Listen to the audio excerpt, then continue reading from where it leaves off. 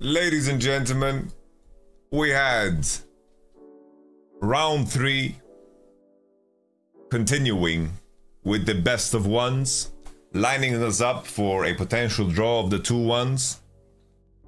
Shit is good. We had T1 versus C9, one of the most one-sided affairs that we saw all day, but I think it starts in the draft.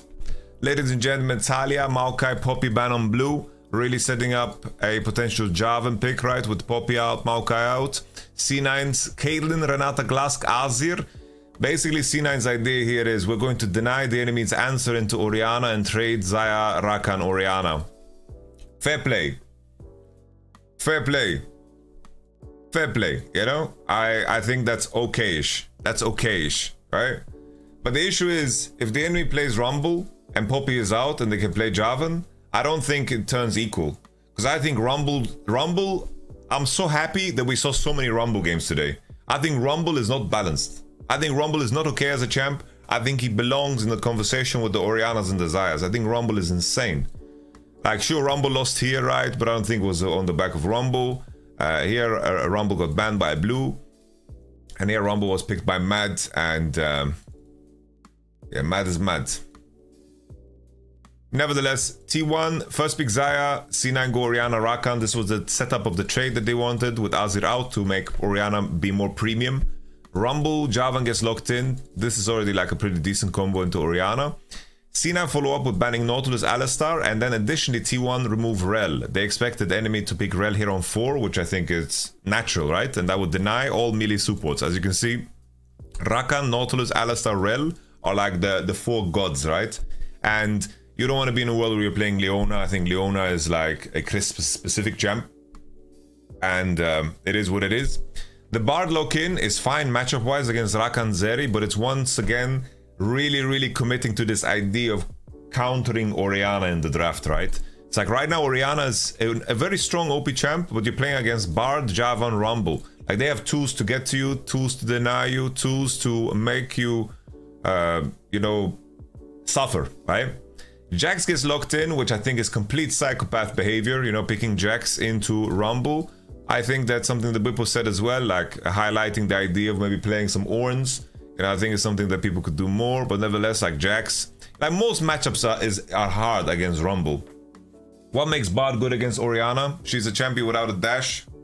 She can't buy Gale Force, and Bard Ultimate is just good against immobile carries. When she has no flash, you can force her flash, and you have Javan Bard, so you really put pressure on her summoners, you know?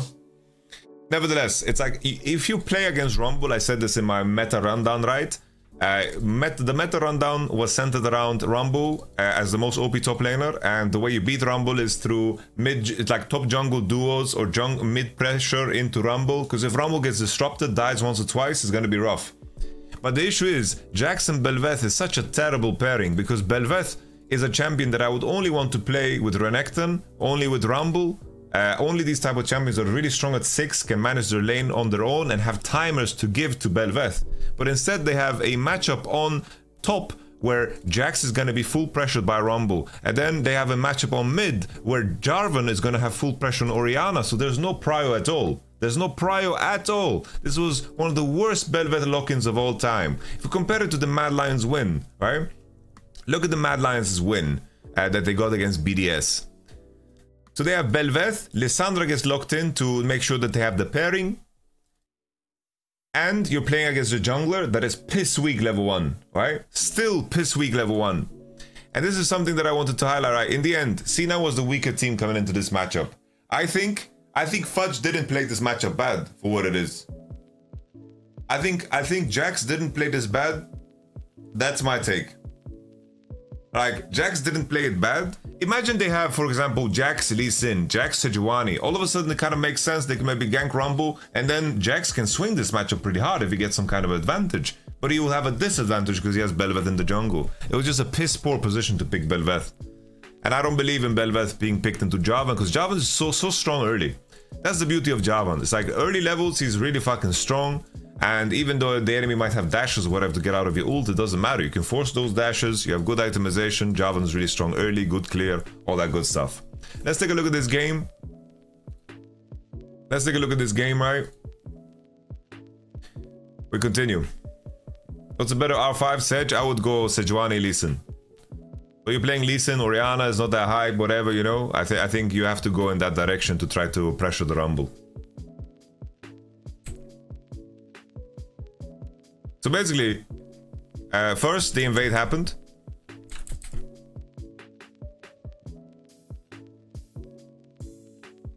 So Fudge, early levels, Jax can push because he's strong. He has E, right? Rumble can't sack his passive, he's playing without passive, right? And Fudge sacked the wave, proxied wave 4 into base. Solid gameplay, gets no magic mantle, refillable base. I like what I saw here from Fudge. And then what happens now is Rumble's gonna slow stack a wave. And I didn't highlight it, but Bel'Veth already wasted time. Bel'Veth went toward enemy blue, and then crossed through mid, showed on mid, and crossed to bot. So already she's slowing down her clear. So it means that Owner is going to be able to base faster, and then cross into, of course, into topside.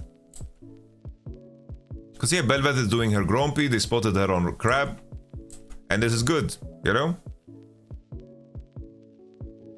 Now the wave has bounced on mid, this is the 5th wave, the cannon, the 6th wave, sorry. And now Javan is entering into this area together with Silas, that is stacking a wave. And the Owner, the Boneless, is walking in here, he gets a smite, Blabber is already denied. And then considering the top situation, Jax played this matchup as the way he should, right? He is cheater based, has TP advantage, null magic base. Rumble is of course stacking wave, it is going to be able to push. And now this extends into the Cho'Gath, you know?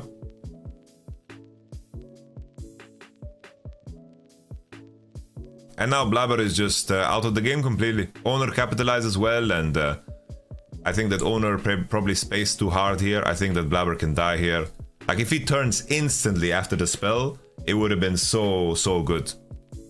Silas being able to push in this Ori is insane. No, keep in mind, Eminus crashed a wave and then Faker TP'd back. Like keep in mind, Eminus didn't TP in again. He didn't TP back yet. But yeah, of course, like if Eminus is aware of this invade being able to happen, then he can manage the wave in a way where he pressures. But he's managing the wave in a way where he doesn't die to Javan on the slow push out. And probably he can thin out the wave and maybe stop Silas from crashing. But then again, like they didn't show it on screen. I think if Owner played this a little bit more crispier, he probably could have done more to Blabber here. Because Blabber had no dashes. And then they lose the Grumpy, right? And Rumble, of course, has pressure on top. This was... yeah, Korea going wild, he's going sicko mode. Zeri Rakan don't have too much pressure in lane, it's a very scaling lane, so you can definitely play Bard and whatever, you know. And then it's like, oh, okay, your jungler got pushed out, no HP, lost the golems, and now Fudge is fucked. So I don't blame Fudge for this game, like I think he played as good as he could, honestly. And it's like he's just GG'd. And now the game is pretty much, no joke, the game is pretty much over. If your Bel'Veth is in this condition, she's behind on CS, behind on farm, and that there's no hope for you. Literally no hope for you. I think Faker here, if he presses R in the E animation, I think that they can actually do more here, but I think the combo is just a bit too slow here. They lose a little Dreadsky. This of course is going to extend into Herald.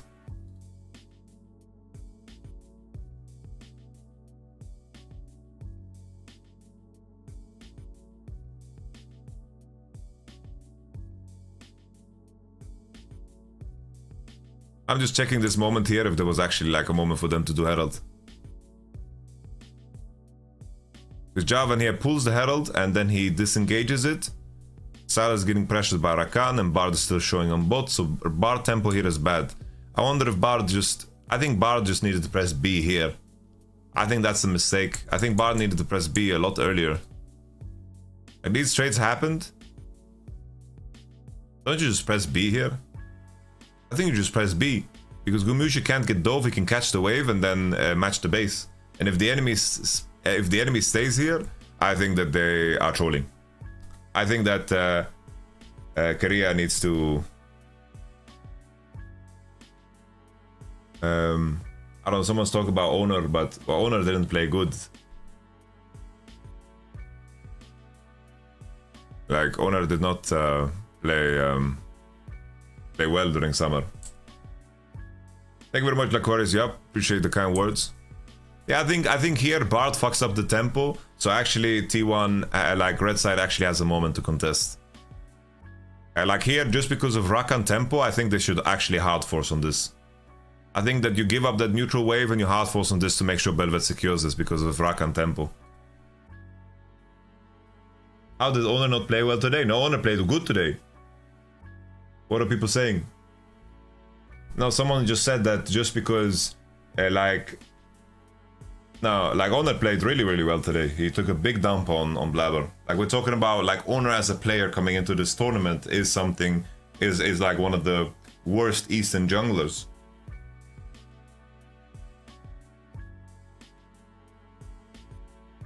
Fnatic really just draw Weibo and Mad once again.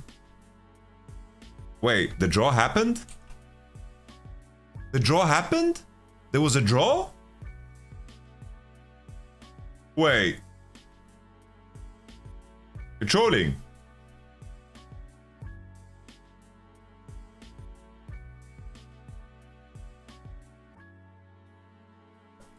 Okay.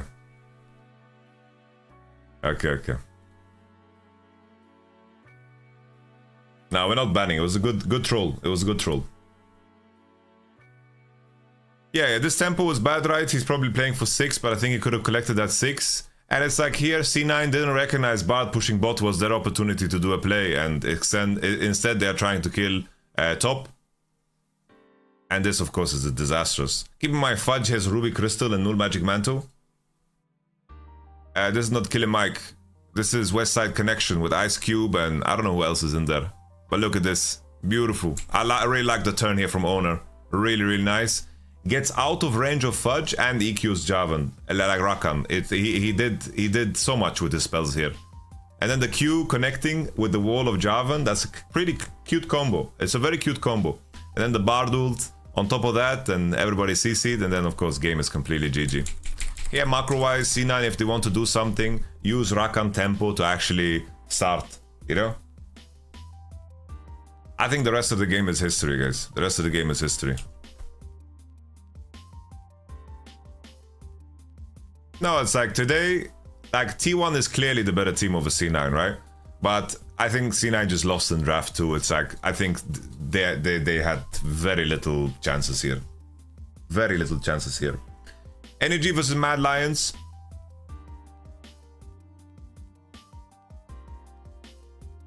Energy banned Bel'Veth, which is kind of ironic after that first game, but it's alright, right? It's completely cool.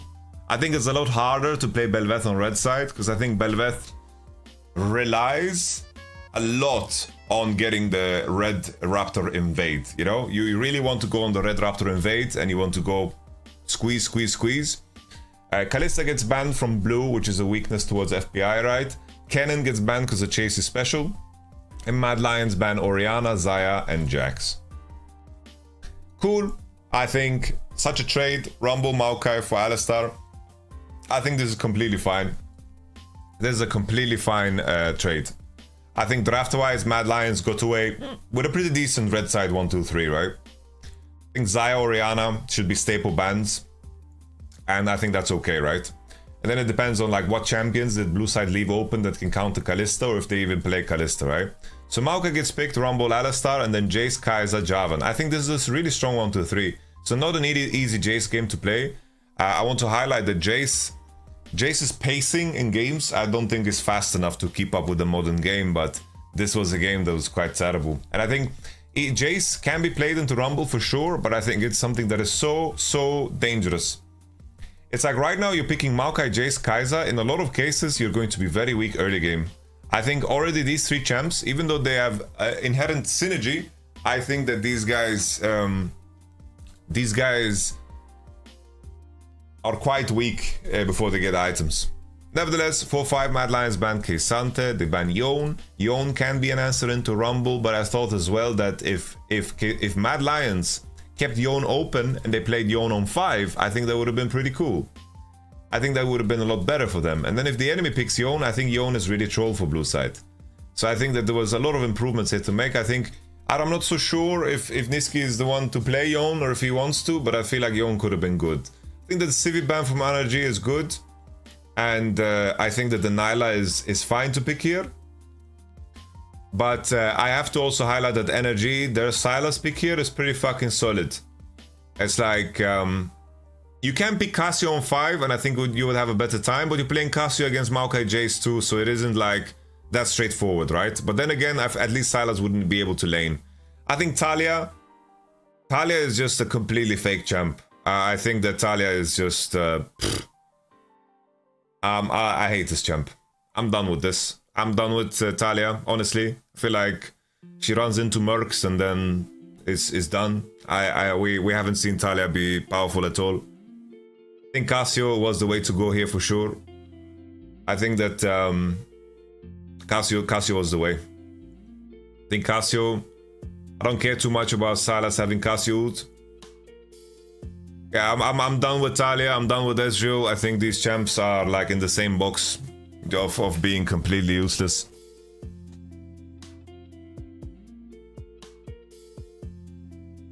It's like, you could even go so far, it's like, I would have enjoyed... I think Yasuo would have been even better here on 5. Like, imagine you pick Yasuo here on 5, you're playing with Alistar, Jarvan, Rumble, you deny Kai'Sa, Jace, Maokai ult. It's like, Yasuo would have been insane here on 5. Like, this is a very, very good Yasuo game.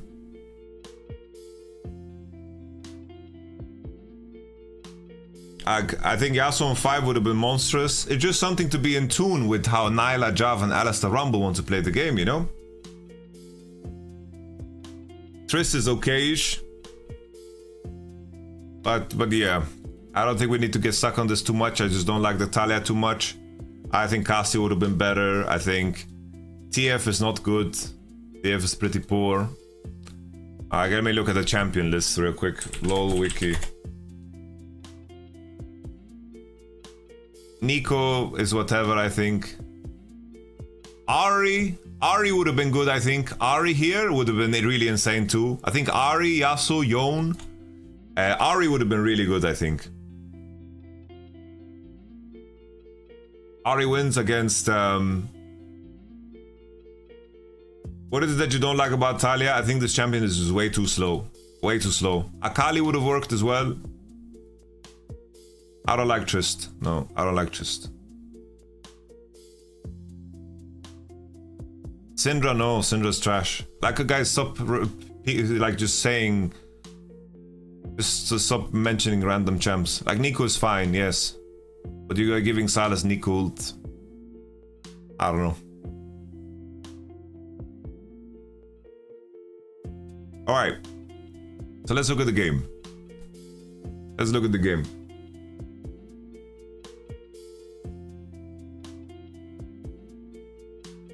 At the level 1 already, Sylas comes out of it with a kill.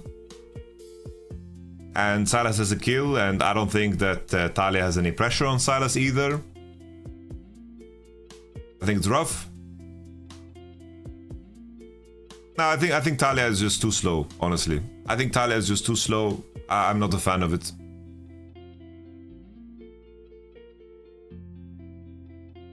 Here as well, Mad Lions, I think they played it so bad. I think that Palafox could have died. Like, a lot of Elioya EQs are just straight up missing in a lot of cases.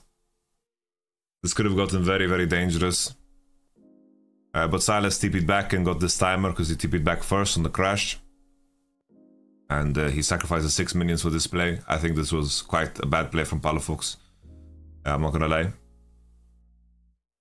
This game gets really, really dirty, so he's gonna fast forward a little bit.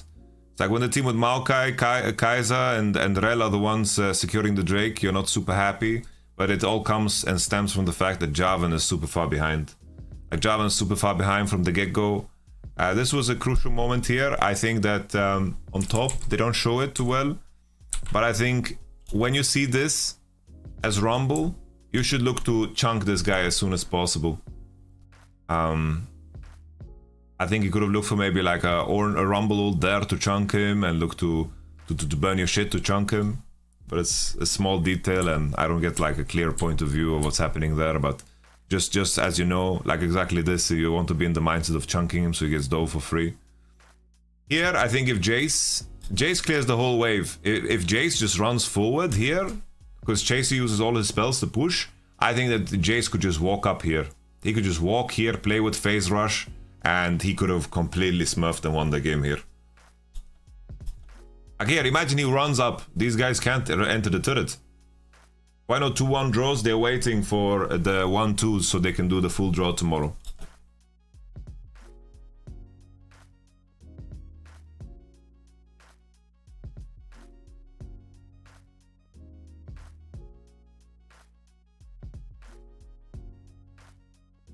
Alright.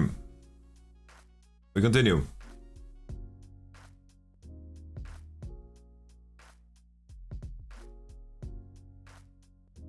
Palafox was very busy. The Marco ults come in. Palafox had some crazy rumble ults, I'm not gonna lie. They were flying left and right.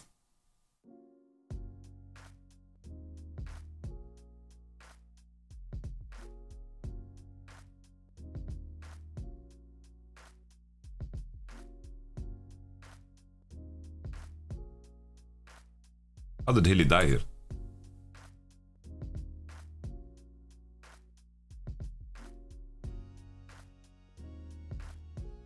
Oh. Yeah, the Silas was so fucking busy, by the way. Palafox was playing fucking solo queue. He was completely playing solo queue. Yeah, Niski really wanted to win, man. What a psychopath for going for this play here. Look at Niski. He's really feeling himself, man. What a psycho, bro.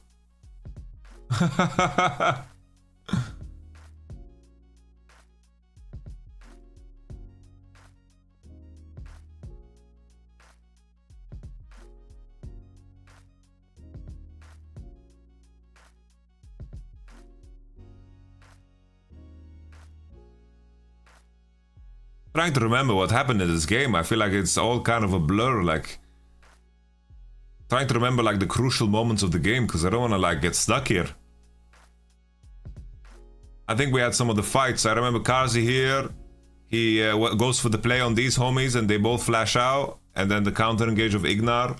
I think if Hilly actually denies Ignar here, if he denies Ignar here, I think it could have been so good, you know.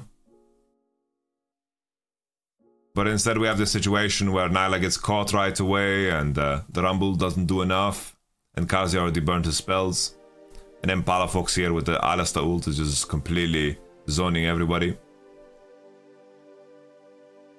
Yeah, it's like Silas being in such good conditions and them having like the comp that scales better is very, very bad for Mad Lions. They gave up 2 Drakes, Javan was behind. And somehow after that replay, the game bugged. I don't know what happened. Something happened, right? And then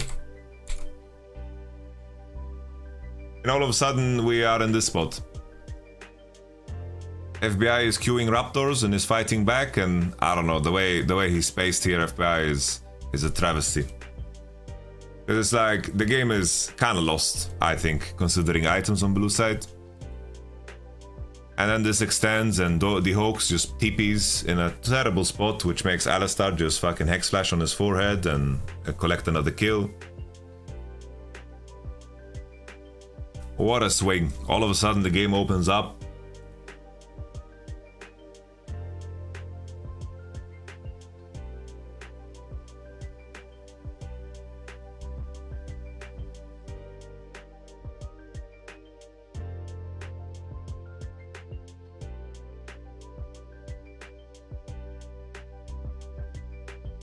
Here, I don't like the itemization of blue side. I think that Silas has a really good build.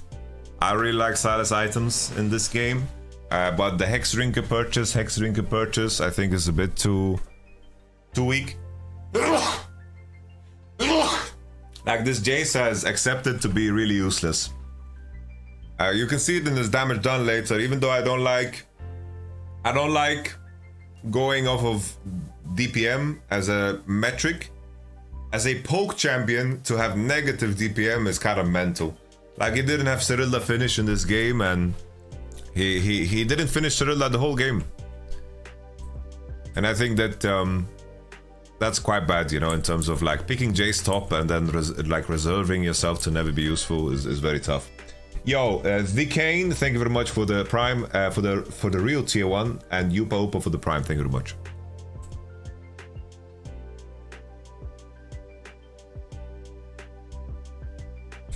Here, I think that Palafox can carry the game. I think he's completely trolling. Like here, Palafox, all Palafox needs to do is to ult to the top wave.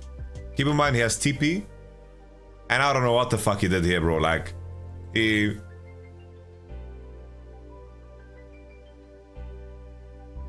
I don't know what he's thinking. I think he's not thinking. He saw the highlight reel. And he could have just been on top wave. Drake is spawning right now. Right now, Drake is spawning, right? It's yellow now. And they would have had such a superior position. And then Mad Lions would look like fools because they would be chasing the Silas that they can't kill. They would straight up be fools. And Palafox could have been God here. Then you can leave like Kaiser to solo Drake and you can soft contest the Nash. Meanwhile, it would have been massive. Really, really massive. And somehow Mad Lions are the ones to get the Drake, and that's it. Here, Mad Lions, the big mistake of Mad Lions is that they're committing everyone to do this. Imagine you send like Talia, like Jarvan and your Nyla to hit the Drake. Then it's okay. But here they sent everybody, and you could be in a position where Rumble and Talia, they tether here, Alistar tethers here, uses wards, places them, and Energy get Nash for free off of that one.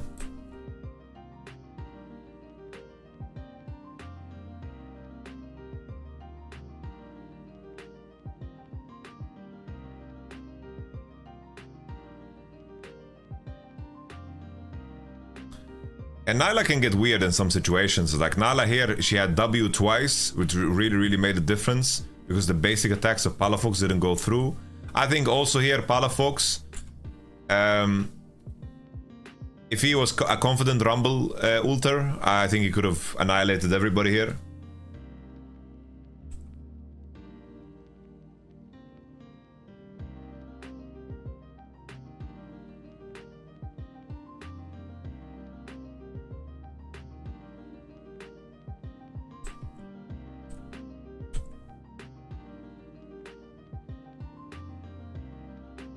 We continue.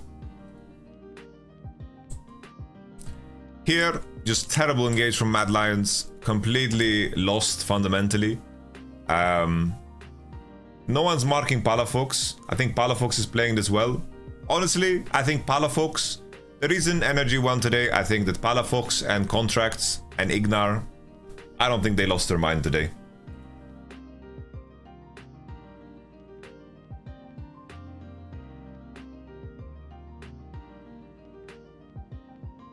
Everybody else in this game,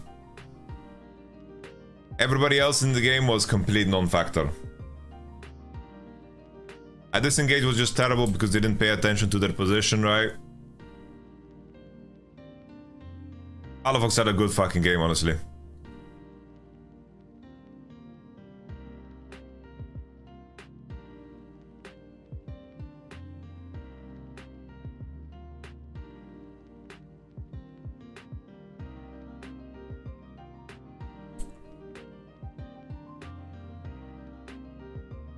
Elio is trying to find a flank to break the enemy position, but yeah, Mad Lions lost what looks stupid, but honestly their game position is so fucking bad. There is no good decision for them to make here. There's no good decision for them to make. It looks stupid the way they lose, but they will lose no matter what here, honestly.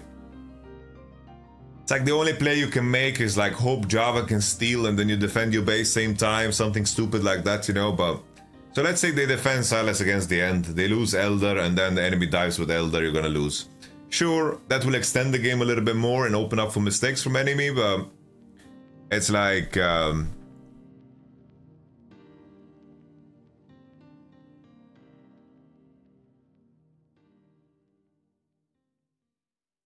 think just that red side composition, Talia is so unfitting in what's gonna happen in the game, and also the fact that they lose Drakes early because of the condition of Javan is just really bad. Why drop mid wave when behind on Elder? I've already explained. I don't know if you are asking this question to make yourself look smart or something. I've already answered. Let's continue. Billy versus Fnatic. So, Azir is banned, Renekton, Kalista. I thought in this moment here, right, that they're going to look. They're going to look. Yeah, Niski didn't have a bad game on Talia. I respect it, you know? I think the bottom line is, it's like Billy ban Kalista, Xayah, and you trade Poppy Kaiser for Orianna. It's like, if your read is that you want Yagao to play mages and he's not going to do well, that could be a read that you have against Yagao, right? You remove Nico instead of Orianna, you want to play against Orianna, you want to create mage versus mage matchup mid. I would be like, whoa, that makes sense. But why do you pick Akali here?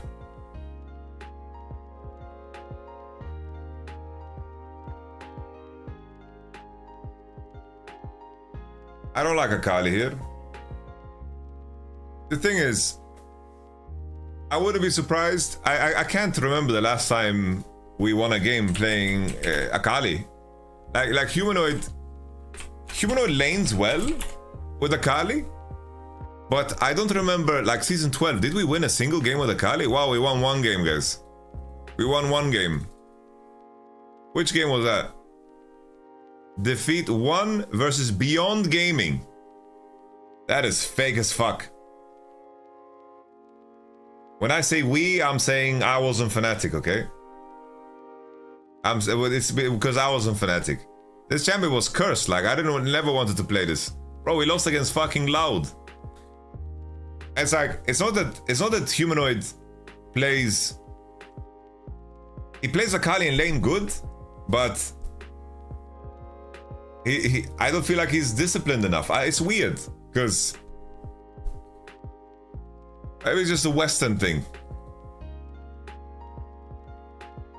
Maybe it's just a Western thing. I feel like you have to be so insane on Akali. Nevertheless, Akali, like imagine they play Syndra here in this example. Western, you mean EU?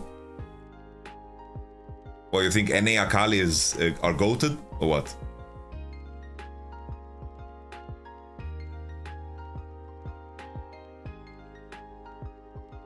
NA Akalis are really good. Yeah, I was saying it the entire day yesterday.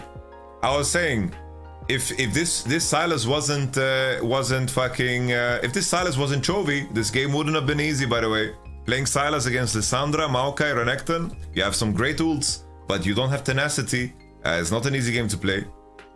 Same here, Akali. No, here it's a fine Akali game, but bro, it's like Chovy does not set the standard. By the way, Chovy is very unique.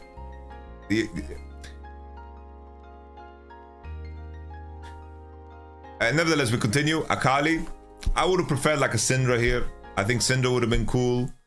I like the Ivan. So basically, I think draft-wise, Poppy, Kaiser, Akali, Alistar, Ivan, I think this is a very good draft against the likes of Rakan, Tristana, Jax, Sejuani. I think Orianna is the only champion that is good against the whole comp. But Orianna was a non-factor in this game. So I really liked Fnatic's draft. I don't think it was a fucking problem. I would have preferred like Syndra here. You see Orianna, Rakan, Tristana. I know Humanoid. I would have preferred a little Syndra here. And I would have been happy, you know? I think it would have been cooler. They go Alistar, Ivan. I think that I was saying it in Champion Select, right? It's like I said this on the co-stream. I said if Chovy was Akali, he can carry such a game with Ivan. And Orianna is the champion that really breaks enemy comp because they don't have pressure on Orianna. But Yagao was a non-factor in this game, to be perfectly honest. And then, you know, they open Jax. I think Lee Sin ban is kind of grief. I think Lee Sin ban is kind of grief here. I think that they could have used this ban for something better.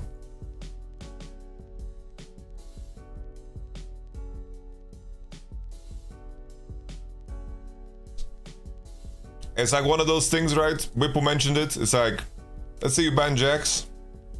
and let's say Bin blind picks Gwen, then you don't know what you're going to be playing against. But probably Bin would just pick Santa, I think, if Jax was out. Keep in mind, guys, Fnatic is way worse than Bilibili. So to take some kind of risks to find some edge playing Poppy Ivan and making a draft that is very hard for Jax to play against, it's like, it's not crazy. It really isn't crazy. I think you can't sit here and be like revisionist about, of course, Bin being Jax. I think that if he plays, well, let's not call Bin Jax Eastern Jax, because Bin Jax is Bin Jax, Zika Jax, European. Okay? What do you think of Bilibili so far? Think they look disappointing so far? What?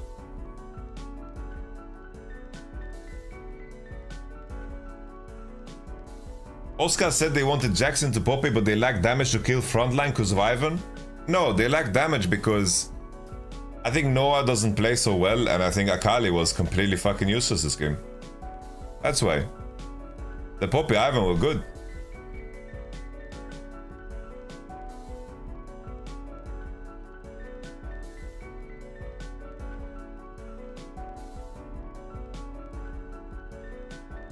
Anyhow, let's look at the game.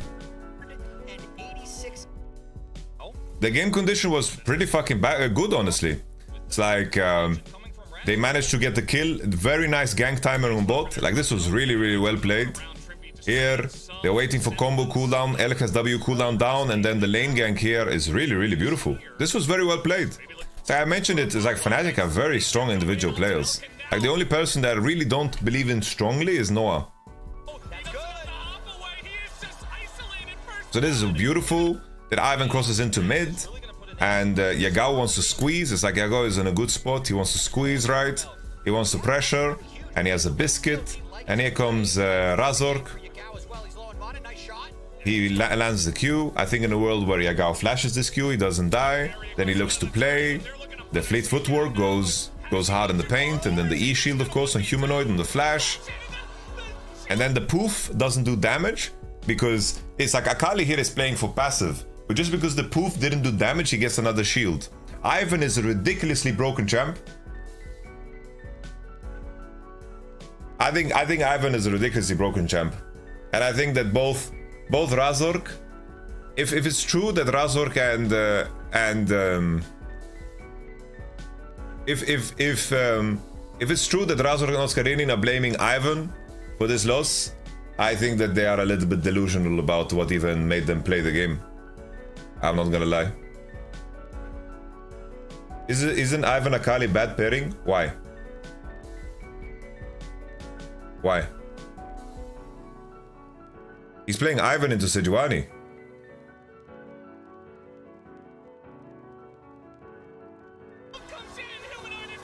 This was insanely lucky. Yagao could have played it better too, and Shun burns flash. But this is a fantastic start. Really good start for Fnatic. They are doing really well. Here, I think Oscarinin should eat biscuits. Oscarinin should eat biscuits. Why is he not eating biscuits? Imagine he Qs this, ults it. The grounded Jax is on the turret, takes a turret shot. I think that he can actually get initiative in the lane phase through this. This is a very good moment to really hard go. But it's the Ivern kit that wins out.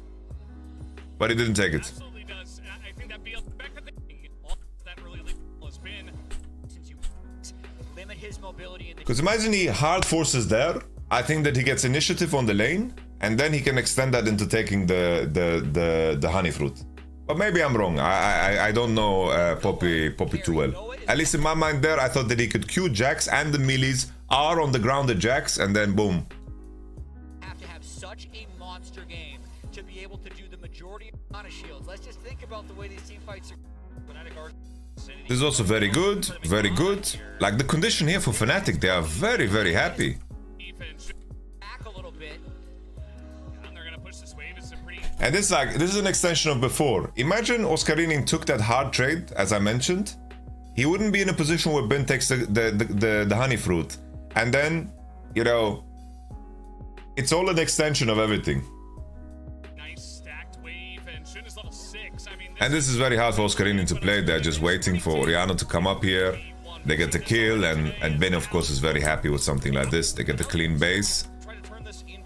And here I thought that Bilibili are very crazy. I think the fact that they start Herald here and don't go for base, I think is very bad. I think that they need to base. Because keep in mind, Ben didn't base here yet, and even though Fnatic is outnumbered, it's not super relevant.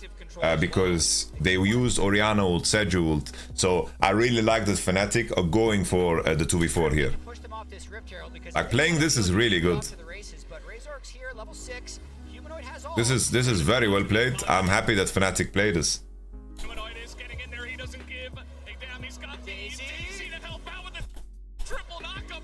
Really important W there by On. I think here Humanoid could have angled his ult a lot better. I think if he angled his ult a lot better, he could live here. And it's very sad here for Fnatic that Tromboner gets 2 kills. It makes such a big difference if the other homies gets kills, and denying the Herald. Kaiser's farming bot, no problem. It's super good. Here Noah probably just shouldn't exhaust. I think that he can look for that trade that he looked for. Because here, as you can see, the bomb runs out. So the damage that L can do is very low. Trading ult from here is pretty good, but he just shouldn't exhaust. He got a little bit too excited. If Noah is the GOAT, he flashes the Tristana R, and then, like, he flashes it, so he gets like bounced, you know? Gave Humanoid the confidence to be able to go in on that one, and delaying the Rift Herald is very important. But Noah is not the GOAT. The Rift Herald has no ultimate. I think Noah is very sweet, you know, and I have memory of a lot of games that he inted in the BO5s, and I feel like Noah without Xayah just isn't that strong of a player. I think Noah is the weak link of this team. Sejuani has no ultimate. Bin is low on mana, so they can't really retaliate that well. We talked about this. Deny the position you were mentioning, Valdez, earlier, that you really want to have down, as you do see Beal. Let's look at Noah match history. You're criticizing Noah and say Elk is goated, but Elk didn't need to do shit this game. Oh my lord. I can't believe so many blind people have found their way to my stream. You should be very happy that I'm narrating everything that is happening on my screen.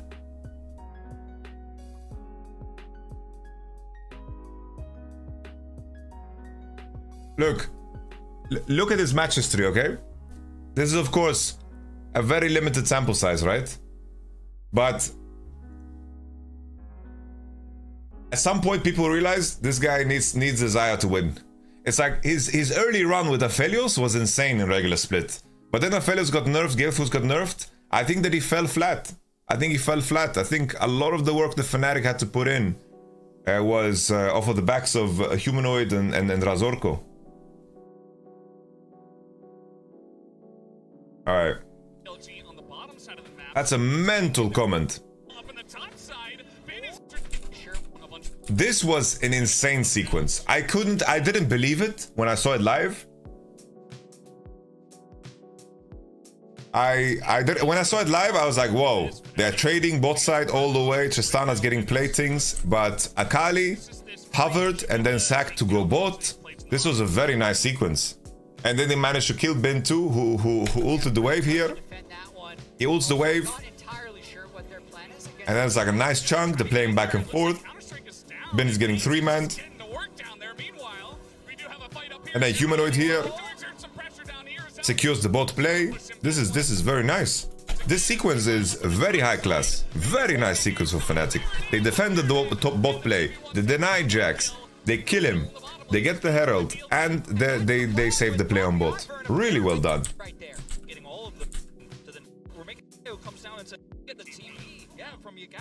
He's called that wave in mid, but DP down, no big damage. Yeah, he also here just playing the map better.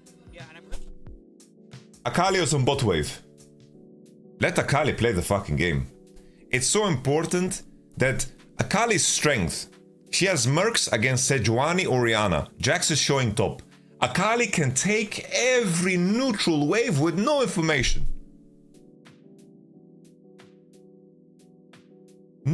Like all the information.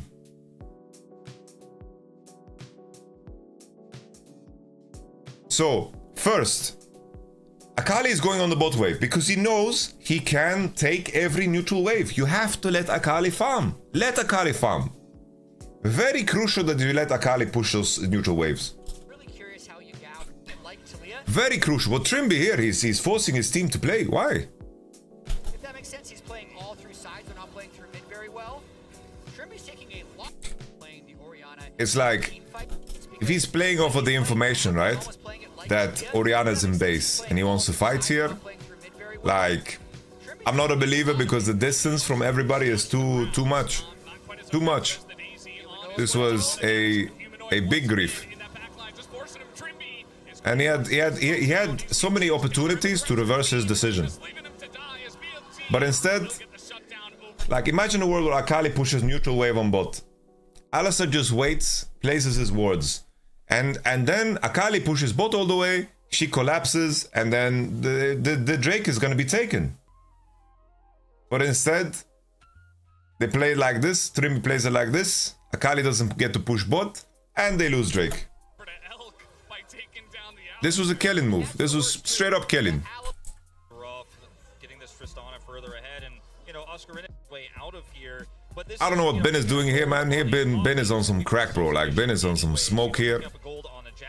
He's just trading, I guess, because the cannon wave. Just coming up here and grabbing a plate on Poppy here. So now,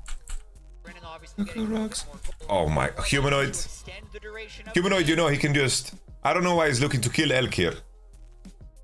Why is he looking to kill Elk here? Like, okay. Oh yeah, bro. Nah. Oh man. What a nice play by BLG there. Oh man. Because he has the safety of. The thing is, on my issue, it's like Humanoid and Trimby, they win games, they lose games. But Noah is straight up just a passenger, I think, on Fnatic. Passenger. Just straight up passenger. He will never get to play Xayah, but I think he's invisible. The Shroud and invisible, in my opinion. Who do you want to see instead of Noah? Viper, Jackie Love. The thing is, I've been saying this for a long time, right? Western teams will have the biggest gaps in the positions that are the most important in the game.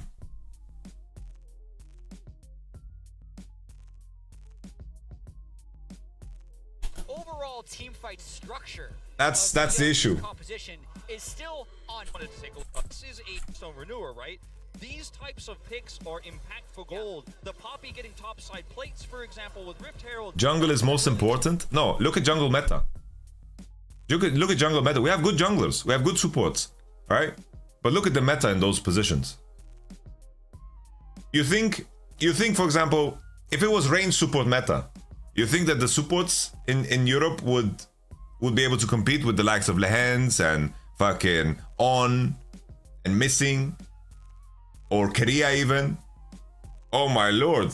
You know, the way these guys play, Lulu, Renata, all of these champs are really, really like clinical. Yumi even.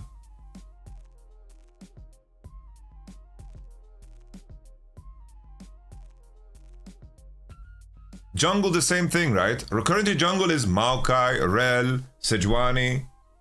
It's like, I think that if I look at G2, I don't think Yike has had like the greatest tournament, right? He's played against some demons though. Like he played against Canyon, he played against Weiwei, and then he played against Peanut. So he played against some really fucking insane demons. But Yike is not having a good tournament. But if the meta was in a position where it was a lot more accentuated how important jungle was in terms of how many micro decisions you need to make, this is where things would be very, very evident. Change the impact of these 5v out. He can pull. Very cool, and now we see the AD carries move into the mid lane. This Camtech Rift is. No, I think Daman have a lot of issues. I think Daman has a lot of issues. I don't think like having some turbo canyon meta would be enough. Also, who's gonna get This meta is pretty shit for Europe, not gonna lie. I think that's untrue. I think this meta is as good as it gets, honestly. Melee supports, easiest junglers to play, mages mid. I think that's really, like, we have some of the... This is probably like the easiest meta. You can hide behind some OP champions, by the way. That's a cope take, Tenki. AD being so important, I think AD is just important, period. It's like, that's always gonna be true. I was setting up a joke, but Yamato took it too hard. Okay. Setting up a joke in Twitch chat. But I do agree that this next are opening up the map. On it is going extremely deep now. He is recalled. Well, you're probably So look at what Tristana base with. She took a turret bot. She has 2 items, 2 core. and now For him, They're so low damage. right, they're gonna catch on once again, but you know, again, it's this Yagao building Ludens and Shadowflame in this game is really a travesty. bottom is now. Yeah, look how broken Poppy and Ivan are, by the way. Tell me they are not running this whole fight, by the way. First we have the E. Just burst it 100 to 0, and now this fight coming in. Humanoid is pretty deep as the Poppy ultimate this time. You can rely on that one, but Humanoid again, he doesn't really want to stay. Look at that, bro. Look at that.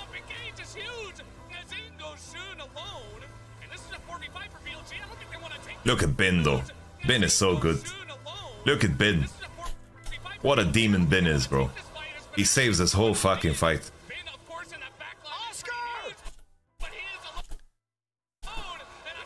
Here, Oscarinin can't continue. We said it on the stream, but like someone said it on stream, but he gets reset on W there. Humanoid will fall, but it was beautiful to see how they punished on using the steadfast presence. Knocks Elk away. Damage is split. Yagao, he's Orianna. He doesn't have damage throughput to continue that fight. Elk, meanwhile, look at this guy. Look at Elk, man. Not a lot of people would challenge that. Not a lot of people would challenge that, by the way. Elk is a psycho, man. It was Ivan Q, Kikia. What's best build for Poppy? I'm not so sure how the dynamic of the matchup works on top, but I feel like going Sunfire is pretty solid and safe. Makes him incredibly hard to kill. He's the Giga Tank at the moment because they not only have him, they have the Iron Shields, which work multiplicatively with resistances, so he really can't die in these fights unless BLG Kali's looking for TP here. damaging him down. There's also decent setup here. Decent setup for Fnatic. I really like this ward from Oscarinin. This is very nice. Very nice ward here from Oscarinin. Look how broken Ivan is in this fight, by the way. Look how cheap his itemization is, and look how OP he looks. I think if I'm worried for Fnatic if their conclusion is that Ivan was a bad champ this game. Like if that's their conclusion, I'm concerned, by the way.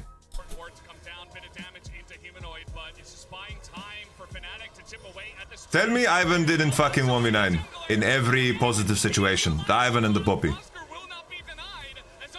Look at the fucking, look at this pop here. They're all healed to full.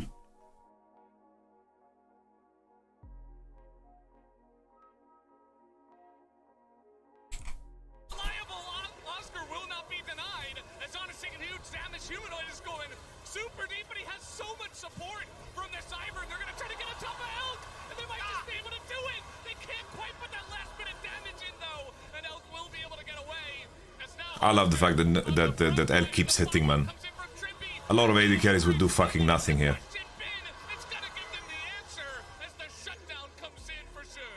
It looked so good. It looked so good in the fight, and the shields really stacked.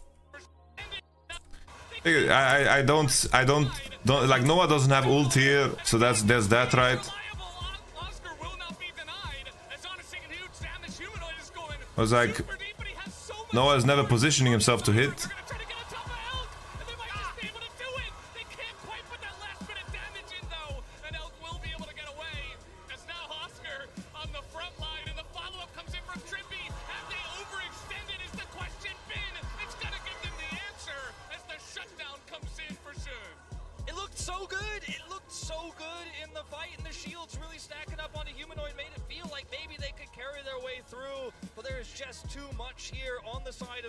I think that he could do more here. And we continue. Nevertheless, conditions still playable here for Fnatic.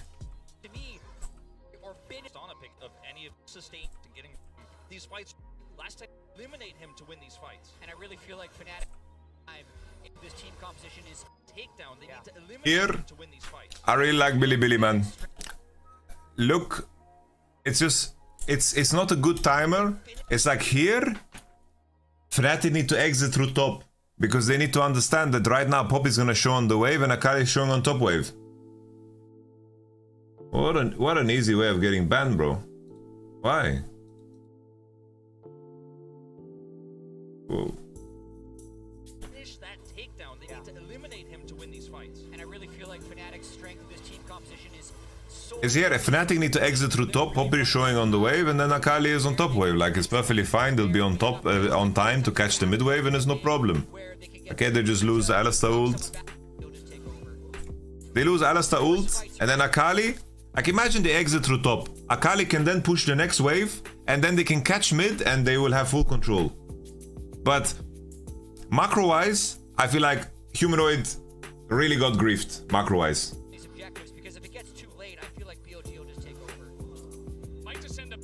Keep in mind, guys, the draft is not easy. This is a hard game for Jax to carry, by the way. This is not an easy game for Jax to carry, but Bin is just the best Jax in the world by such a wide margin. So I understand where Fnatic is coming from.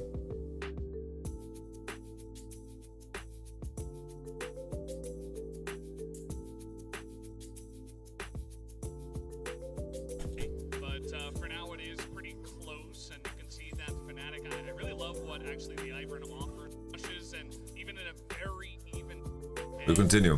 T1 C9's review is over. Yeah, it took me 5 minutes.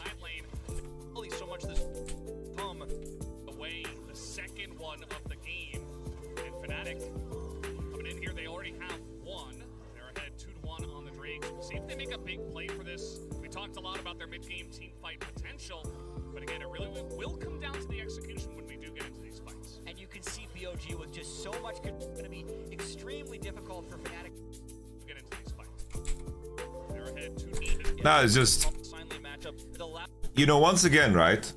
This macro mistake from Fnatic fucks up their Drake. Do you guys see that? So, imagine here, if Fnatic cross into top side and Akali,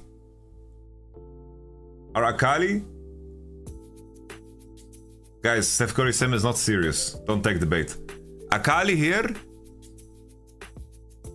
If Akali has his team supporting him in river, he can push that wave deep. He can base, and then they will get Drake position. But instead what happens is, they take control over river. Akali is not allowed to push. And Orianna gets to push the next wave. She gets to push the next neutral wave. Doesn't necessarily end up being that impactful if you're always kind of trying to babysit your Poppy, because the Jax is winning the other side of the sign lane matchup. It allows Yagao to have become a main. And then look now, Akali is showing on top wave, Yagao is crossing. And then they just take over river. Another thing that On does, and what makes Rakan so OP, is that he, plain and simple, can get so much information. You know, On, 2 massive spheres are swinging, but what he's gaining out of his massive testicles is he's getting so much information. You know, at this level, it's enough for me to spot enemy support or enemy jungle to know what the enemy macro decision is. And he's getting this information consistently.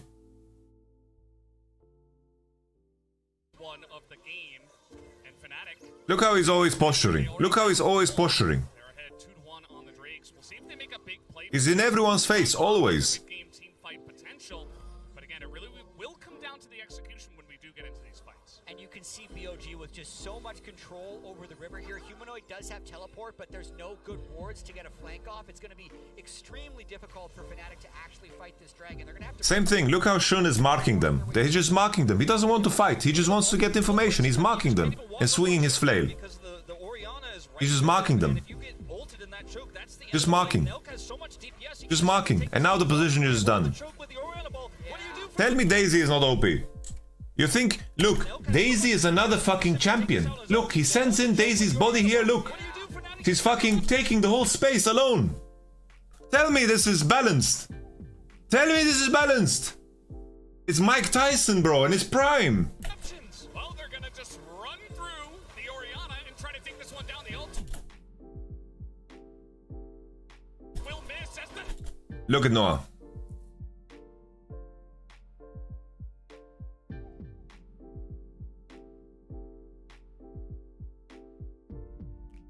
Well, they're gonna just run through the Orianna and try to take this one down the ult. Will miss as the huge engage comes in. It's like, the thing is, let's talk about the Akali, okay?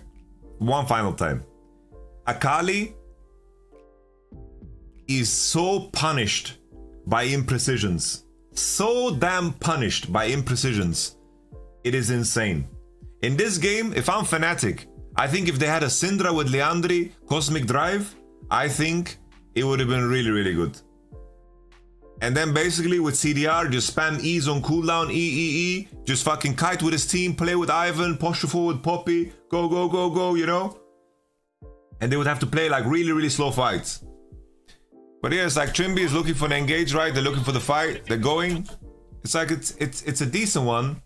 But the thing is, Elk has freedom to play here. Elk has so much freedom to play here. And then here, Kaiser ults. And for some reason, she unloads completely on Yagugu. No way you can pick Syndra here and get out of lane. Yeah, Akali is a better laner than Syndra. Definitely.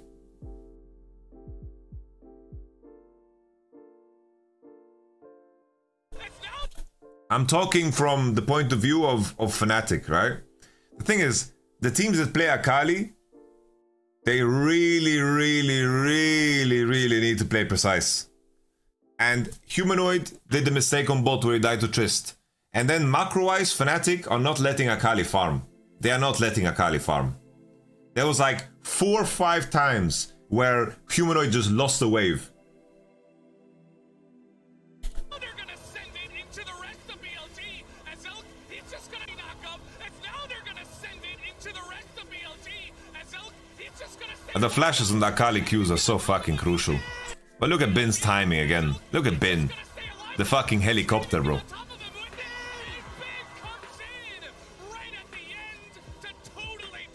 Yeah, the double kill for Trimby was also rough.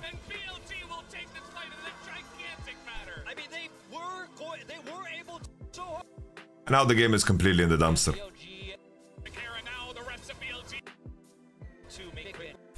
Where's this LVP interview? Where's this LVP interview?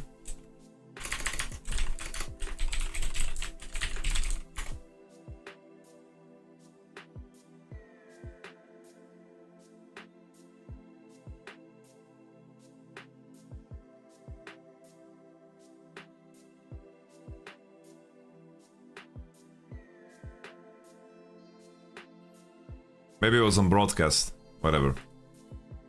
Let's continue. Let's look at the last game.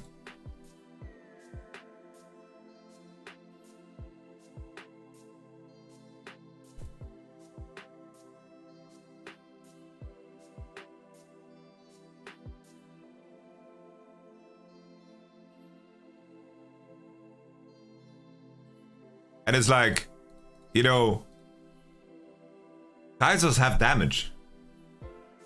What are your thoughts on blue side being 80% win rate so far? Keep in mind, higher seeds pick sides. And higher seeds most of the time pick blue.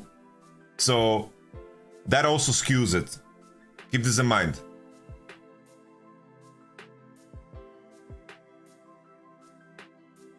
It's like there's been absolute. Has there been a single upset? Has there been a single upset? You could argue G2, Weibo, whatever, but there hasn't been a single upset, right? Not really, right?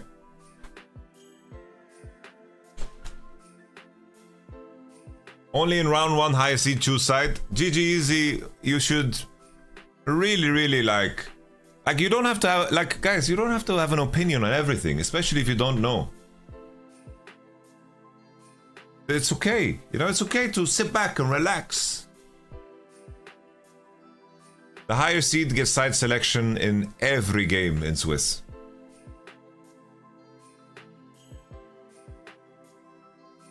Mad losing against NA was technically an upset. It was technically not. Number 1 seed NA versus 3rd seed Europe. Technically not.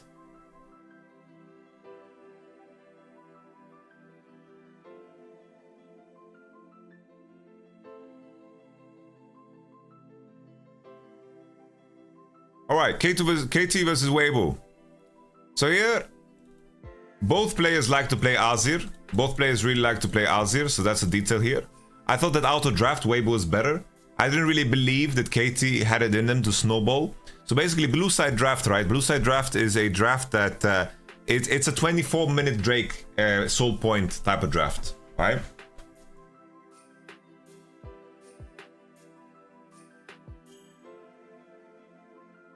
So I didn't believe that KT had it in them to win.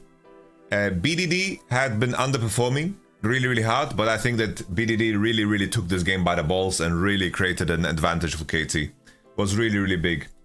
I think that Rumble, especially like if you are in the position where you need to be the one snowballing. The fact that the enemy has Rumble lane and bot lane is fairly balanced, and the enemy jungle is Jarvan, I just find that like as a tough proposition. It's a very tough proposition. That's why I believed in Weibo a lot more here. But Weibo's bot lane continues to disappoint. Really continues to disappoint.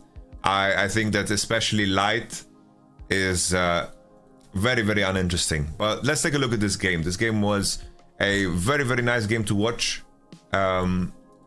Weibo versus KT. We're seeing more and more of this.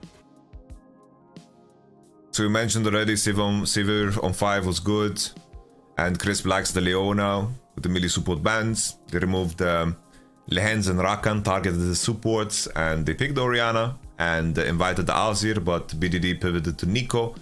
And then it's like Kaz picked Viego. Dom mentioned it. It's like Kaz is pretty much like an OTP. Like he plays Viego and Sejuani exclusively. Even though I think Lee Sin would have been better. Viego is something more of his taste. Definitely his taste. Do you think teams are not trying hard enough to figure out something against Xayah? I think that you can play Ashe. I think that you can play Caitlyn, Ziggs. I think these are champions that people prefer not to play just because of how OP melee supports are. It's very important to think about that. Is that melee supports are really insane. And they don't pair well with the OP answers into Xayah. Yeah, Kate is permabanned against Deft and Gumayushi. But there's that. Is Yasuo an answer to Xayah? I would say no. What do you think about MF? Maybe you can play MF. But not super easy to be useful with MF, I think, against so many melee supports.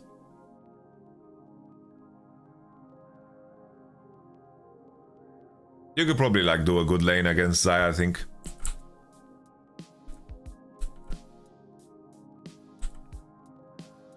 So this should be like the average pacing of the game. Viego should have initiative. He's hovering into bot, and he's making sure that bot can push to then secure a Drake because BDD is so strong in this spot.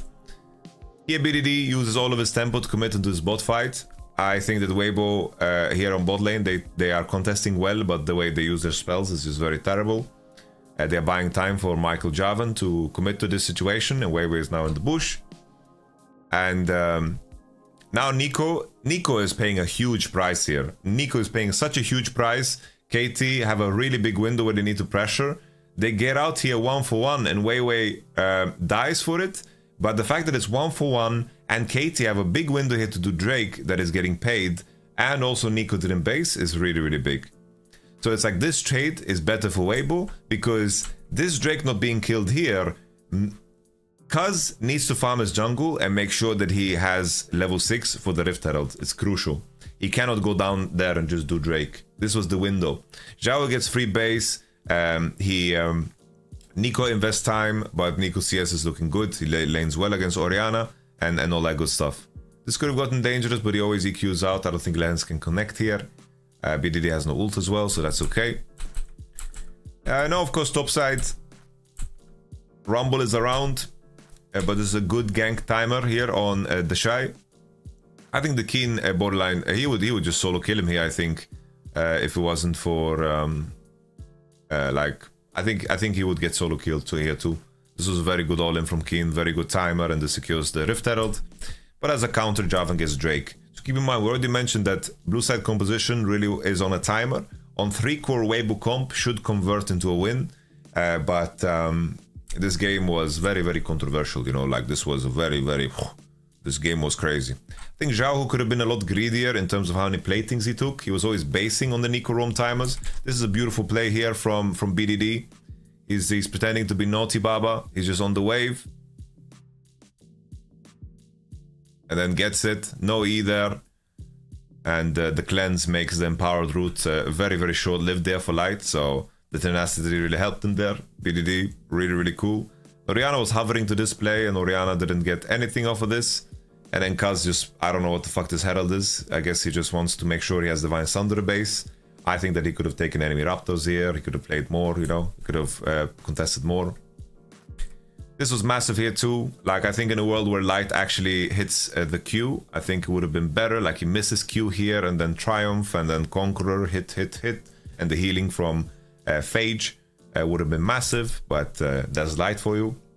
This kill that Aiming got was crucial because he managed to base on Stormrazor. Imagine he walks up on the map with no Stormrazor. His power would be so much less, you know? It would be so much less. This is a point blank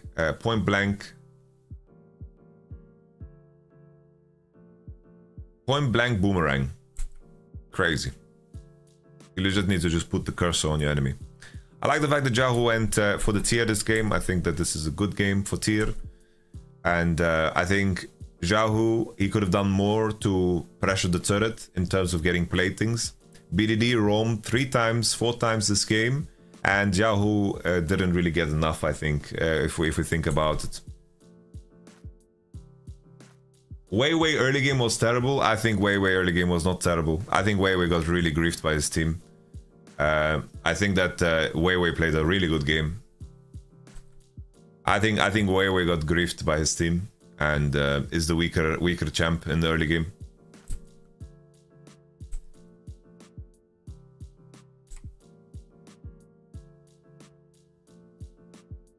Kaz is very strong here. He has the Divine finished. They get the hit in, and BDD finds a really good connect. I think this is not the time for Weibo to actually contest. I think this was quite poor. This you can blame on Weiwei, I guess. You know, they're playing for the crab, but I think they're just a lot weaker here. I think it's important for Orianna to play on the wave. I think the rule... I can tell you this, right? If you are playing and you can't... If you're contesting river and you can't do it through this patch of land here, then I think that you're just admitting that you're too weak. If you can't walk here and fight here, then you're admitting that you're too weak. And look at everyone taking the defensive path, because they don't believe in what the fuck they're doing. They're not believing in this.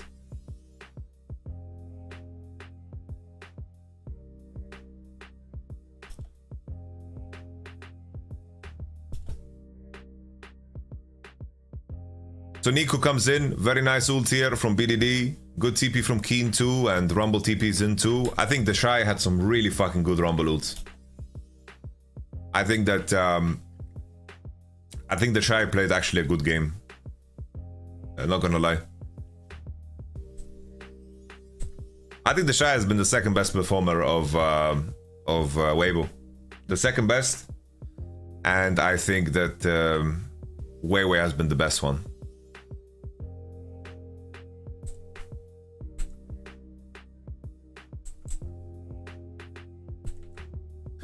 Here, Lehens is like clicking and moving around. He's dancing, you know, but it's like, I think even if they hit, I think they are just kind of dead here. I just think this is a pretty... It's just... I don't know. Not a good play, I think.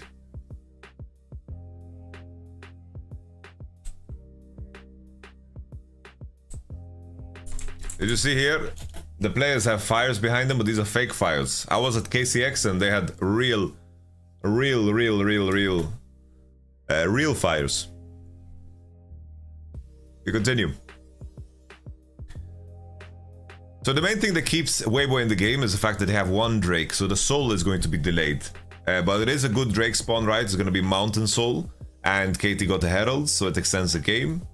Here Weibo just need to play defensive. I think that Crisp here kind of grieves, and the location of Sivir makes them not be able to go.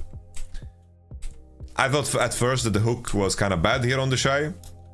And I thought it would be dangerous because I'm watching Kesante and Nico and everyone's position. And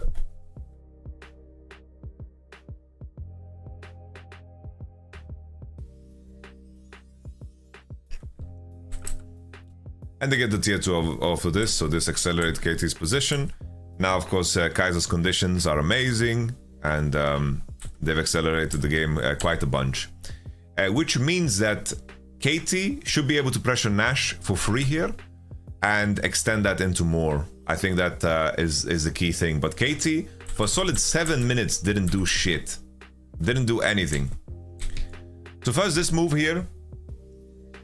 Kisant is collapsing. Keep in mind, Kisant has no TP and Rumble has TP. Very important detail. Very important detail.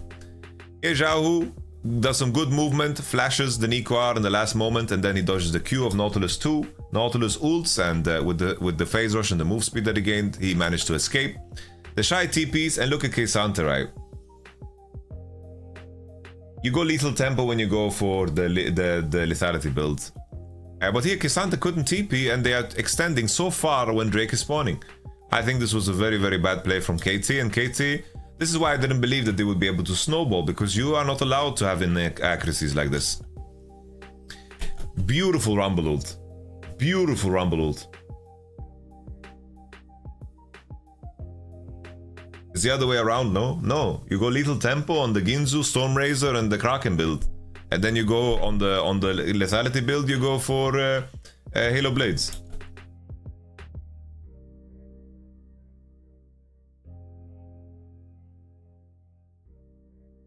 And this was a big throw because Orianna gets some shutdowns, and they are actually also... It didn't get the Drake. They chose to push and they chose to not fight, which is fair, you know. They lost some crucial summoners. They don't have ults.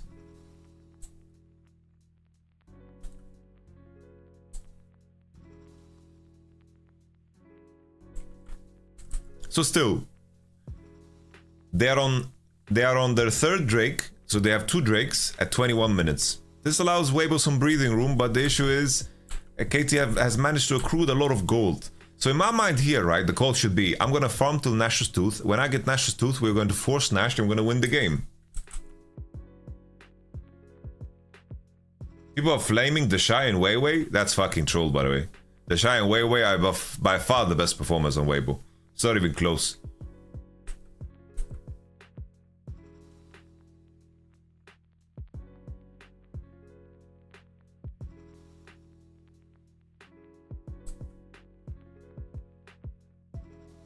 So here Kaiser's gonna take a mid wave, and then she's gonna channel recall, and then now she's going to be able to get Nash's Tooth. But my main issue here with KT, how they progress the game, they're trying to contest the wrong space. So let me show you guys. Most important, never get delusional about which area that you need to contest. When you push mid, right, and the enemy catches here, this is not good space. You want to contest this. This is the only thing that matters. The only thing that matters. Then you put your green wards. Your pink. But KT, they are looking for way too premium positions to force Nash. So here Kaiser is going to base, I believe it's now. Kaiser bases, Viego bases, Nautilus bases, everyone is fucking strong. Red side really needs Void Staff, they really need LDR too. Rumble has no mythic, Javan has no second item. You need to have the guts and the balls to pull the trigger. You need to look for fights, you need to look for force. Weibo Gaming, really, they are hoping, they are praying. Really praying.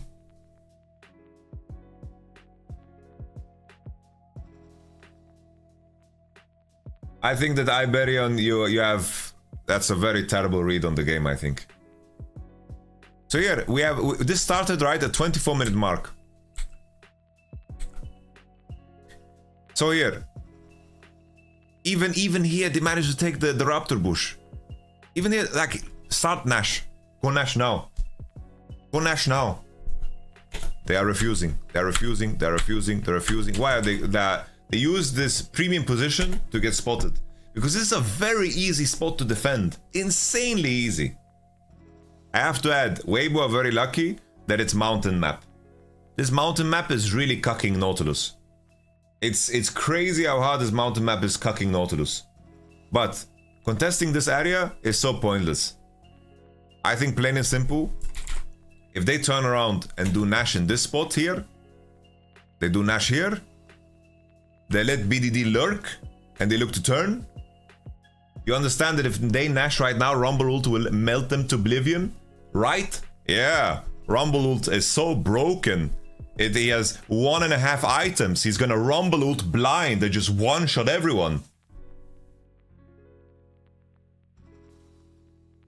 Viego, okay, so let me paint the picture for you, okay? Because you think taking Nash is like fucking 5 Lego characters are walking and they're like punching it like this, you know, they're all standing on the same spot. Viego hits tanks. Kaiser basic attacks with Ginzu and fucking destroys it with Nash Tooth. Nico, Nautilus, Kesante, lurk, they hit the first target, connect on the first target, Viego flashes over, ults over, and fucking Kaiser ults.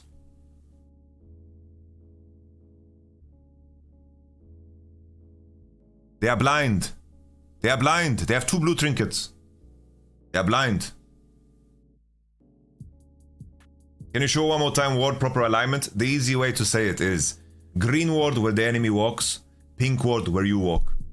That's how you do it. J4 and Ori ult will insta destroy them in the pit. No, you can't be serious. He doubles down. He doubles down.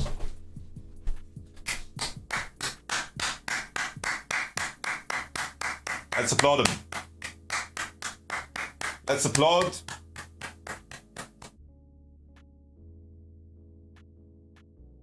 Let's applaud him.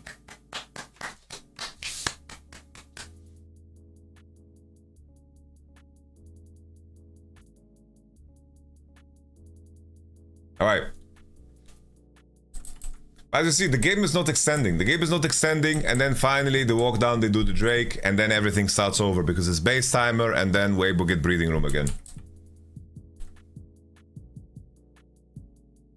The thing is, you guys understand that them not doing Nash is way more risky than anything else.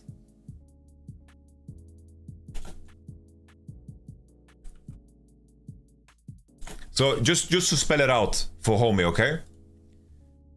Here, you have... So enemy team has no vision here, right? No vision. They are basically reserved to this space. Kesante, Nautilus, they can trap here. Kaiser, Viego hit here. The enemy tries to cross through here, they die. They can cross through here, they die. Nautilus gets engaged, Nico gets engaged. They just want to start a fight. They just want to start a fight. Weibo is in a very weak spot. Very. They need to pressure the enemy to walk into them. They never did. They always showed, they always did nothing. Yeah. It's like, once again, when everything should have shifted was here. Nash's Tooth buy. Nash's Tooth death cap here. Wow.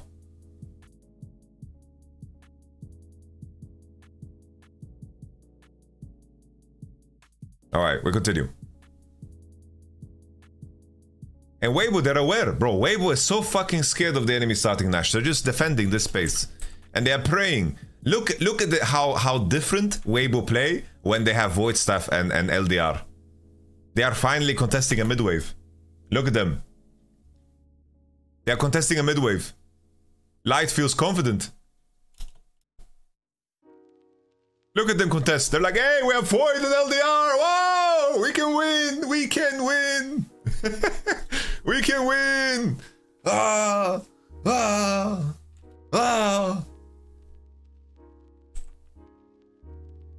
We continue.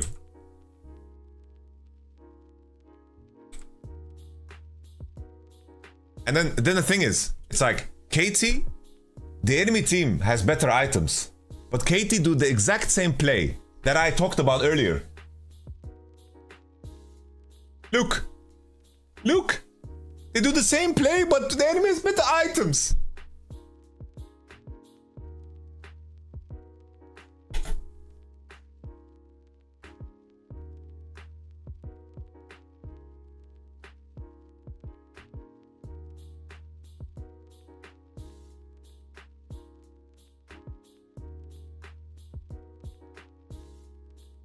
And this inherently just got worse, right? This could have been a situation. It's like this could have been a situation where Kato could have won, but aiming just completely ends it. Like, I don't know what aiming was thinking here. Like, aiming, I don't know. Aiming plays zoomed in, bro. Like, look at aiming. He just fucking... He just went for the minions. He just went for the minions. Like, look at aiming. He's still killing minions. And then he comes in here, he flashes. Then Light flashes the W. That was well played by Light. And all of a sudden, this game became dirty. This game became dirty, man. Very dirty.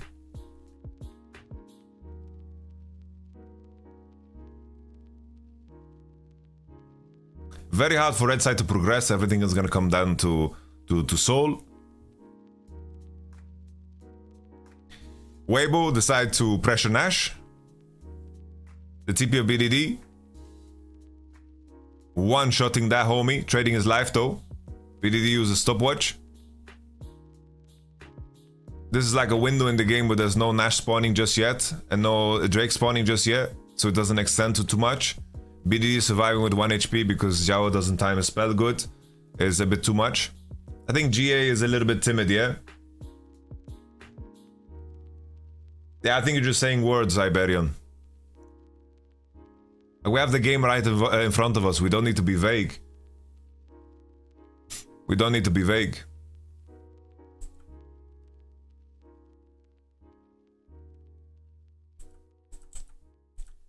You can call it you can call it whatever you want, right? It's like semantics is semantics, but we're looking at the game and we're looking at all the tangibles.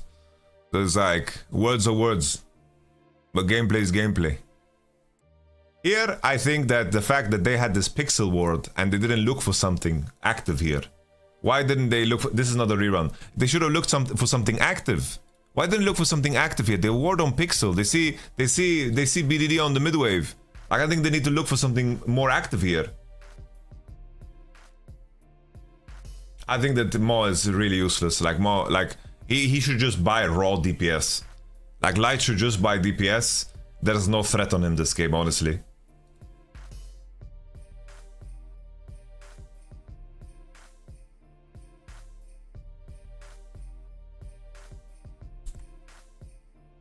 But also then, Iberion, you are also discounting how much Weibo kind of ran it down, you know? Here I think that Weibo should just look to pressure them. They should just fight. Like, what isn't Crisp ult? Why don't they play? Why does Sivir not fucking start hitting them? Like, Sivir can just start hitting them. There's no pressure on her. I don't know why they keep hitting Nash. The enemy, they are so blessed here that the enemy team doesn't sweep this pixel world. They have full vision, full information. I think that they are really trolling. I think here, this is a moment you see Light is not a good player. Like, he's a good player, but not a great player. I think GA is better than Mo. And Mo sucks ass. It's good. He would come to Europe, NA, he would be top 3, no problem, bro. But he's not fucking...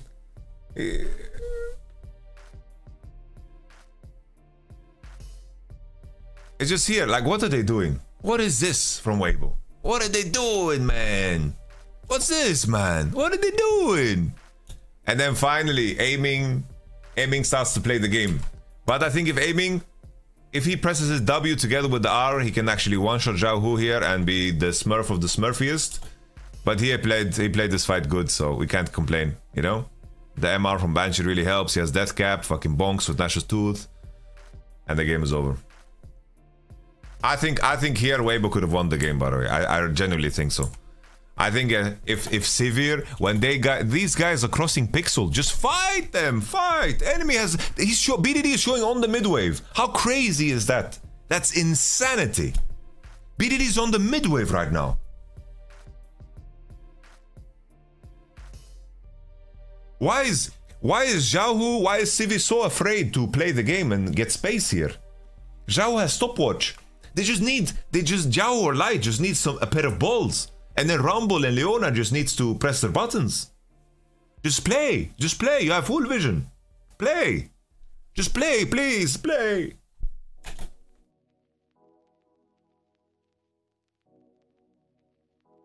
Just play. No, guys. Keen, but yes, bro. Keen is right there on open your eyes. Look. They saw the clone. They saw the clone. But I'm getting too excited. I'm getting too excited. Now, Weibo are so winning here, but they troll. They really troll. They really troll. Into base race or some shit.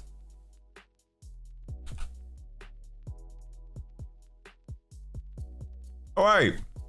Tomorrow's games. Predictions. I'm gonna drop some insane analysis on this one. Team Liquid is gonna beat GAM. Damon's gonna beat BDS. BDS and GAM are playing against teams that are kind of wonky, so they can definitely cause some upset wins.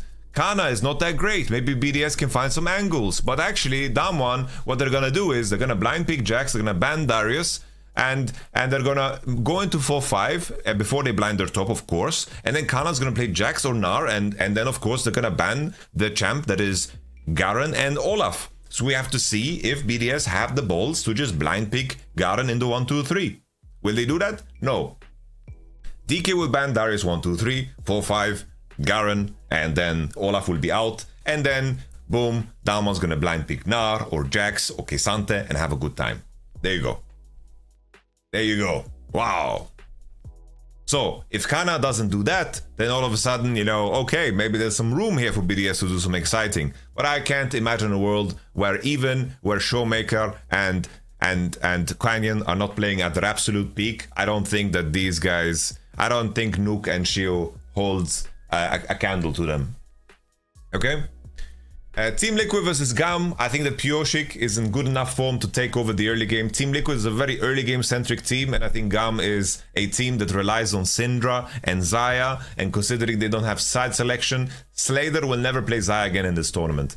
If we look at Slater, where is he? Slater. Has he won on any other champ than Xayah? Okay, so he won one game against Loud as Kai'Sa. Xayah.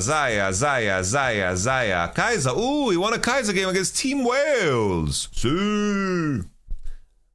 Just don't let him Xayah. You can ban Syndra. Have a good time. As well, I think that APA will be unleashed, considering Team Liquid for the first time in the tournament will be blue side. What do you think of the problem of DK is? I think that Canyon carries through himself. or nothing. I think that Showmaker is playing good. I think Kana is just not that great. I think Kellin is giga bad. And that's the problem of that one. If we compare them to the other top 8 teams. How does GAM win? They pick scaling and hope Team Liquid fall over and stamp themselves in the eye with a pitchfork. Just like how they. Alright. Let's talk about the teams that are 2-1, okay? So let's pull up Paint thing here. Paint. Bilibili. NRG. T1. Who are we missing? Who else won today? KT.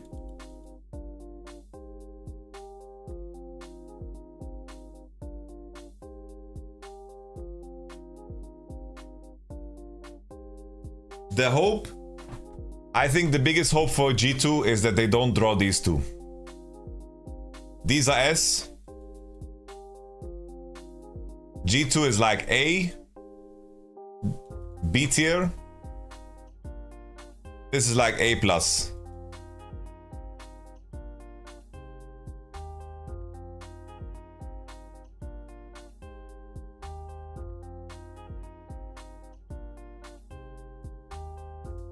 G2 can beat Bilibili, by the way? I don't think so.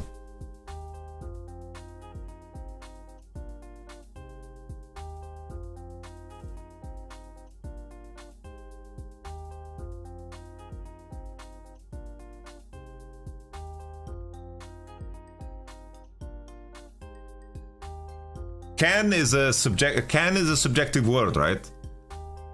I think my concern about G2, right? My concern about G2 is that everyone who has watched their games, they're going to... Currently, that's the case, right?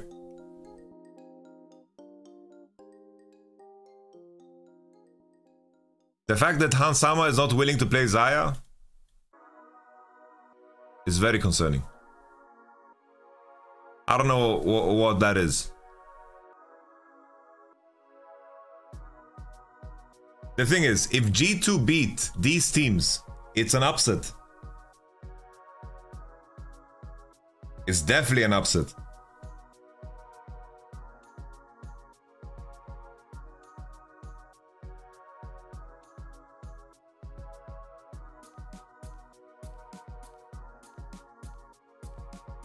It for sure is. I think people are coping a little bit too hard about G2.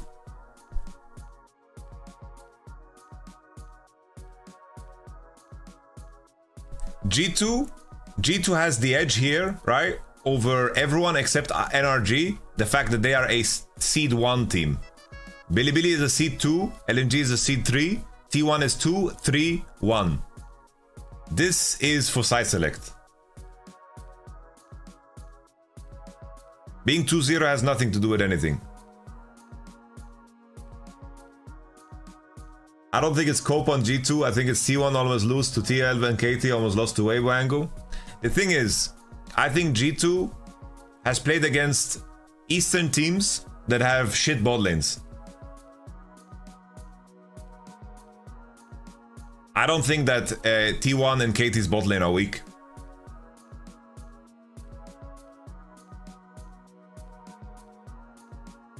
And it's not that G2 almost lost. Like, they played 2 games that should have been completely lost.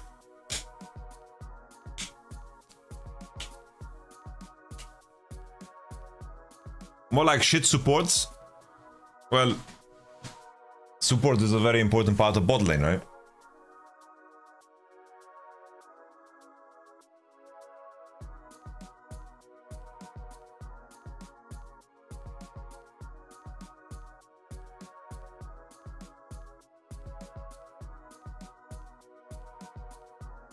Crispin Kellin who played very, very bad. I think G2 the biggest hopage is NRG, and then after that, I think T1 KT is the biggest hopage.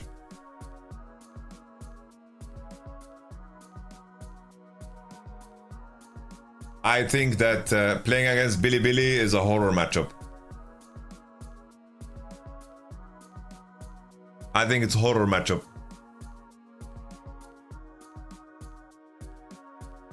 I think that BB has laned very poorly. I think BB has laned very poorly. That scares me.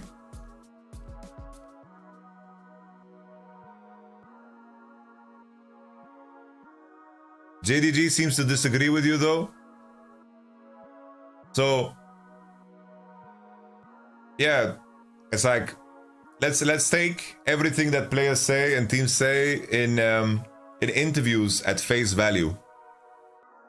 Just because GDG don't rate Bilibili highly after winning against them 8 times or 7 times this year has nothing to do with analysis.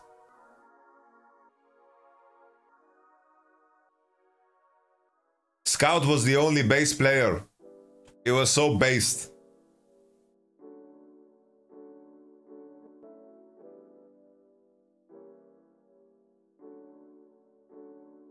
Scout is best mid in the tournament, true or false? I think Scout has had some good games, but I feel like the most precise mid laner so far has been Chovy. Chovy has been a bit too insane. I think Knight has been okay. I would put Chovy, Scout, and then Knight.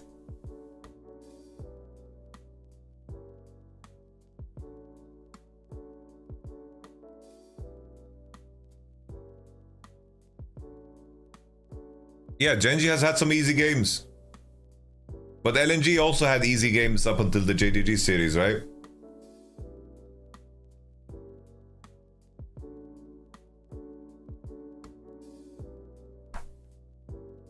Alright.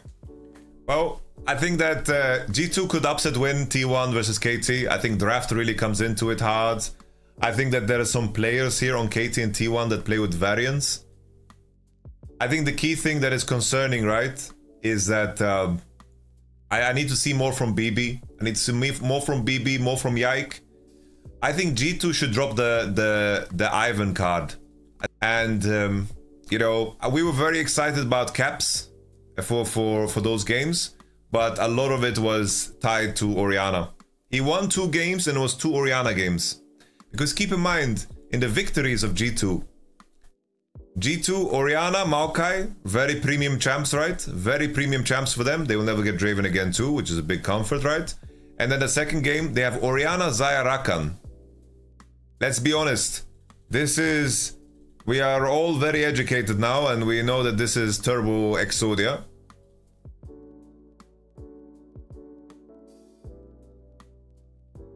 So this is also an additional detail as to why I don't rate G2 super highly. So I think that, so if I compare the teams, right? G2, I think they have better macro than T1. But I think T1 has better laning and better team fighting. But G2 macro-wise are better. And I think also G2 historically is a smarter draft team. But the question is, how will G2 maneuver around the fact that they need to most likely ban Caitlyn, and also a lot of teams are banning Renata. I think that Zeus laning, bot lane laning will be a lot more competitive because G2 has had bot lane advantage in every game that they played so far. And that makes them really good. Wait, do you really believe G2's macro is better than T1's? Yes. T1 macro is not good. Not good. It's really not good. KT is a team that is very timid. Very timid. When they hold the ball, they don't dribble. They pass. And I think that gives a lot of freedom for creativity. And I think that Mickey and G2 caps can get dangerous there. But KT is really good at creating situations where they hold the ball. Because they have some strong fucking players.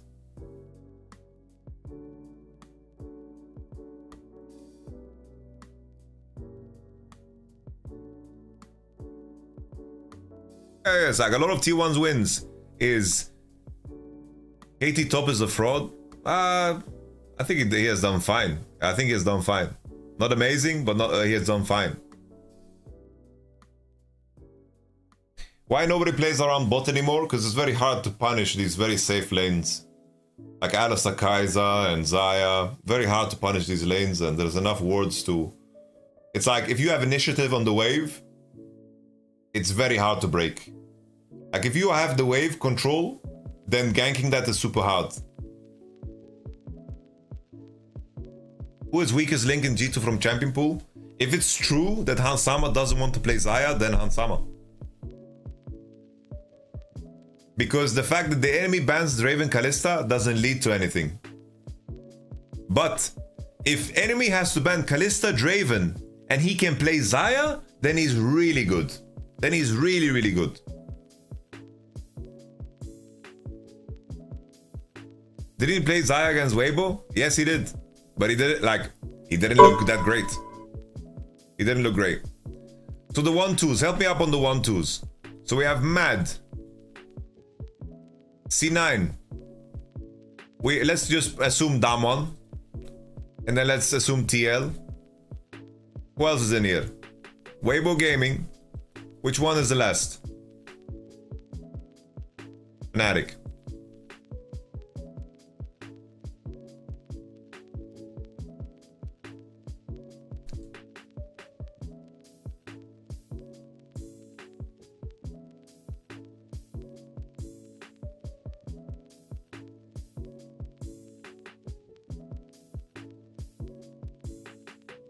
I will put it like this.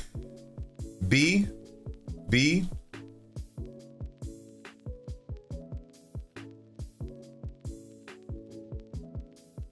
I'll put like Weibo A+.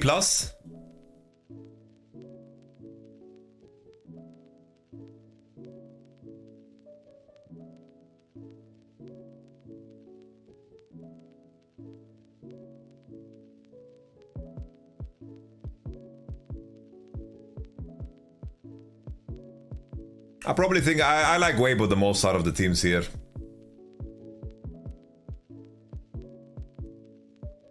This has nothing to do with being a Fnatic believer. I think they have strong players.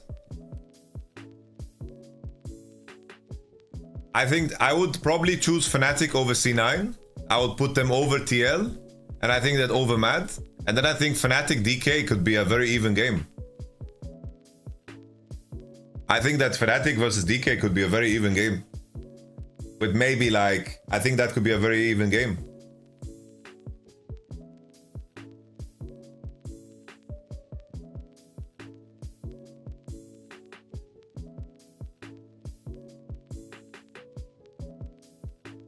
It's like, TL versus Mad could be fucking hype. It's very hype. It's very hype. TL versus Mad would be fucking hype matchup, bro.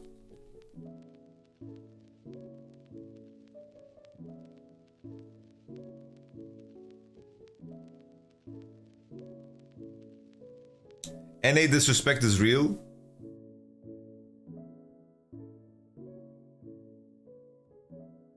Energy perennially underrated. Even after trashing TL, you put them at the same rank. Bro, you're so stupid. You're so stupid, man. You're so stupid. You realize that this is a fucking different grade.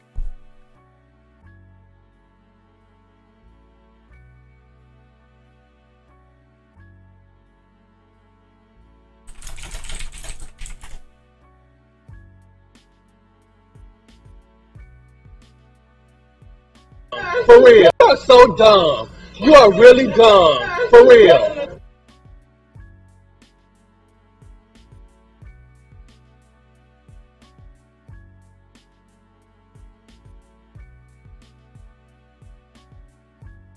Crazy.